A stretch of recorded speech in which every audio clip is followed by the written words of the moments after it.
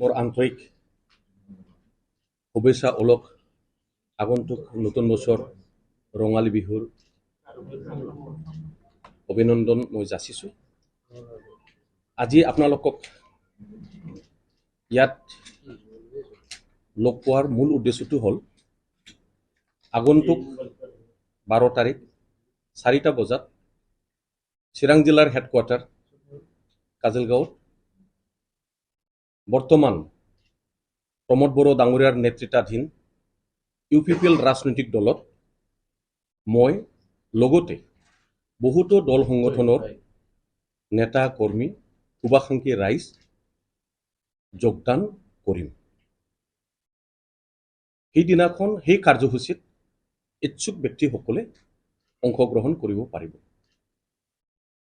এই কথাখিনিকে জনাবৰ কাৰণে আপোনালোকৰ মাজেদি এই স্পষ্টীকৰণটো মই আজি কৰি দিছোঁ। ধন্যবাদ। কাইলৈ হাগ্ৰামা মহিলাৰে আপোনাৰ কটাক্ষ কৰিছে, আপোনাক অৱমানিত বুলি কৈছে। বান্দৰ মিয়া যাব, সুন্দৰ মিয়া প্ৰৱেশ কৰিব। এই মুহূৰ্তত এইবোৰ কথাৰ প্ৰশ্নৰ উত্তৰ তথা মন্তব্যৰ প্ৰতি মন্তব্য দিয়াৰ কাৰণে প্ৰয়োজন বুলি মই নাভাবোঁ।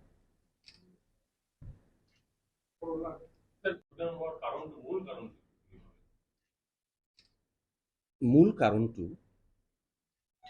কোনোবা ব্যক্তি তথা কোনোবাক আক্ষেপ বা বিক্ষোভ কৰি পেলাই এই সিদ্ধান্তটো মই লোৱা নাই। এইটো হ'ল সময়ৰ দাবী, পৰিস্থিতিৰ দাবী। অনাগত দিনবিলাকত আমি একত্ৰিতভাৱে অঞ্চলৰ সৰ্বাংগীন উন্নয়ন, শান্তি সম্প্ৰীতি, স্থায়ীকৰণ এই কথাটো প্ৰাধান্যতা ইয়াত আছে। ইমানুৱেল মুছাহাৰীয়ে এটা মন্তব্য দিছিলে যে যেতিয়া UPPL আৰু BPF-ৰ মিত্ৰতা হ'বলৈ গৈছিল তেতিয়া আপুনি বাধা দিয়া বুলি উল্লেখ কৰিছিলে। এলিগেশ্যন দিয়াটো ইমান ডাঙৰ কথা নহয়।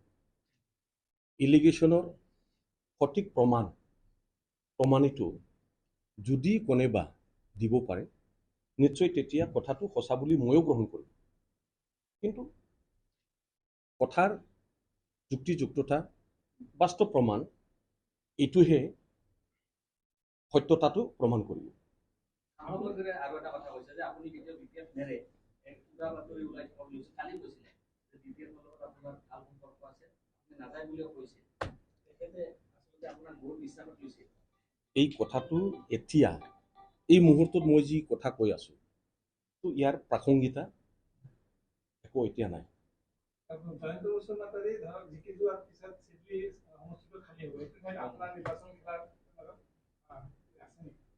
পুনৰ এক্টিভ পলিটিক্স কোনোবা পজিশ্যন ল'বৰ কাৰণে কিবা আশা কিবা লোভত এই সিদ্ধান্তটো মই লোৱা নাই।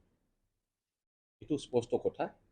মোক কিবা পজিশ্যন লাগে, আমুক হ'লেহে মই UPPL-ত যাম, তেনেকুৱা প্ৰি কণ্ডিশ্যন মনতো নাই আৰু প্ৰকাশ্য মই আপোনালোকৰ জৰিয়তে মই এইটো স্পষ্ট কৰি দিছোঁ। ইমান দিনে দীঘলীয়া সময় কিয় আপুনি এনেকে অজ্ঞাত আছে? আপুনি চৰ্চিত ব্যক্তি, আপুনি এজন এই অঞ্চলৰ এটা আগশাৰীৰ নেতা। নাই, ইয়াত বিশেষ একো নাই। অলপ জিৰণিৰো প্ৰয়োজন হয় আৰু গোটেই বিষয়টো অলপ পৰ্যবেক্ষণ কৰাৰ কাৰণেও সময়ৰ প্ৰয়োজন হয়। ধন্যবাদ। এনেকুৱা কি দুৰ্বলতা আছে য'ত আপুনি আজি বেলেগ দলত সোমাব লগা হ'ল? BPF-ত কি দুৰ্বলতা? মই বুজা নাই, আপুনি কি সুধিব বিচাৰিছে? আপুনি কি কাৰণত BPF-টো এৰি নতুন কিবা পাৰ্টিত জইন কৰিব গৈ আছে বা কৰিছে? কিছু আগত মই আপুনি কি দুৰ্বলতা? নহয়, প্ৰশ্নটো আপুনি কি কৰিব বিচাৰিছে মই বুজা নাই। কথাটো হ'ল মই অনুমান কৰি লৈছোঁ আপুনি যিটো ক'ব বিচাৰিছে। ইতিমধ্যে মই কিছু কথা কৈ দিলোঁ। সময়ৰ দাবী, পৰিস্থিতিৰ দাবী, কাবাক আক্ষেপ বেয়া পোৱা ভাল পোৱাৰ কাৰণে নহয়, স্পষ্ট মই দি আছোঁ। থেংক ইউ, চবকে ধন্যবাদ।